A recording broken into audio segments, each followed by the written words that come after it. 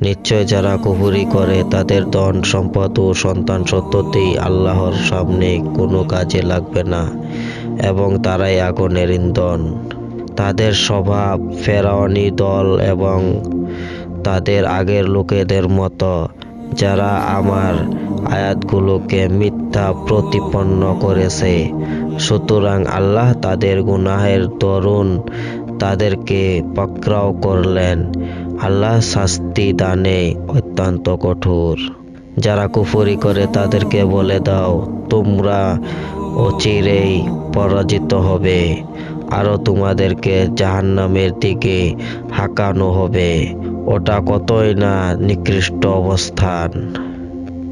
তোমাদের জন্য অবশ্যই নিদর্শন আছে সেই দুদল সৈন্যের মধ্যে, যারা পরস্পর প্রতিদ্বন্দ্বী রূপে দাঁড়িয়েছিল। বদর প্রান্তের একদল আল্লাহর পথে যুদ্ধ করেছিল এবং অপর দল ছিল কাফির। কাফিররা মুসলিমদেরকে প্রকাশ্য চোখে দ্বিগুণ দেখেছিল। আল্লাহ যাকে ইচ্ছে স্বীয় সাহায্যের দ্বারা শক্তিশালী করে থাকেন।